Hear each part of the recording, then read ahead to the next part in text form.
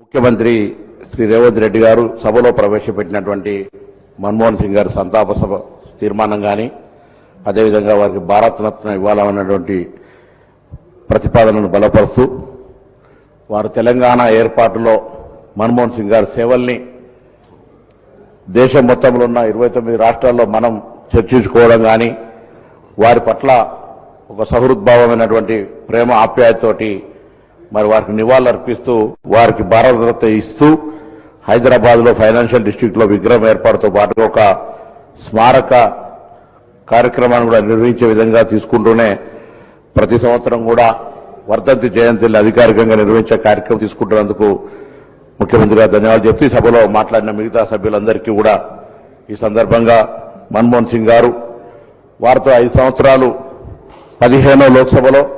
నేను నాతో పాటు ఈ సభలో ఉన్నటువంటి గౌరవ సభ్యులు వివేక్ గారు రాజగోపాల్ రెడ్డి గారు కూడా పనిచేసే అవకాశం కలిగింది అధ్యక్ష. అది మా అదృష్టంగా భావిస్తాను. ఎందుకంటే మేము ఆ రోజు యువకులంగా 2009లో 15వ లోక్సభలో అడుగుపెట్టినప్పుడు ఒక వారికి అప్పటికే మొదటి యూపీఏ 5 సంవత్సరాలు ప్రధానమంత్రిగా ఈ దేశంలో అనేకమైనటువంటి సంస్కరణలు అనేకమైనటువంటి చట్టాలు తీసుకొచ్చి అప్పటికే ప్రభుత్వంలో తెలంగాణ ఆ రోజు ఉమ్మడి ఆంధ్రప్రదేశ్ నుంచి 42 ఎంపీలలో 33 మంది ఎంపీలను ఇవ్వడంతో దానికి ఆ సందర్భంలో జరిగిన అనేక కార్యక్రమాల లోపల పాల్పంచుకునేటువంటి అవకాశం దొరికింది అధ్యక్ష.